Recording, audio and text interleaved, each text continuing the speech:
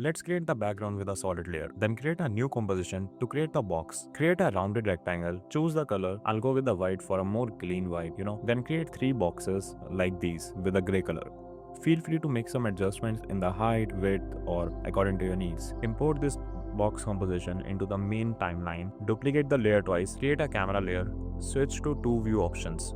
Make sure to convert your box layers to 3D. Then make some adjustments in rotation and position. Make sure to give a gap like this for more depth between these objects. Then let's animate these boxes with the position keyframe. Make sure they all have the same properties in position keyframes. Now we add the popular bounce effect. I like using this free script called Smart Bounce 1.3. Just select your keyframes you want, click this icon and then this one to apply it, and you're done.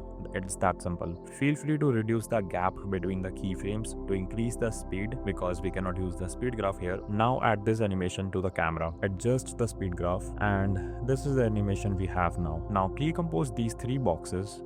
Add a keyframe in Y rotation properties and give it a 360-degree rotation. Then adjust the speed graph. Now this is what we have. Now this is important. In order to create a smooth cut on animation transition, we need to have this peak point right in the center. Now I'm gonna hack this layer just for now so we can create the next frame easily. And trust me, this is so simple. We just need a rectangle, increase the roundness and adjust the height and width. Then create 2 circles like these. No animation here for now. Give them a gray color. Now create a null layer and link these 3 with the null. Make sure to convert all 4 layers to 3D and give it the same rotation with the same peak at the line. Now create 3 circles inside the box. Link them with the same null we linked the box earlier. Add a simple zoom in animation with the camera keyframes in the position properties. Then create a line filled with these type of rounded rectangles of different widths and random numbers with, of course, random symbols as well. Use the track matte feature to limit all of these to the main circle. Then duplicate these lines and fill the entire circle. Make sure you make minor adjustments in the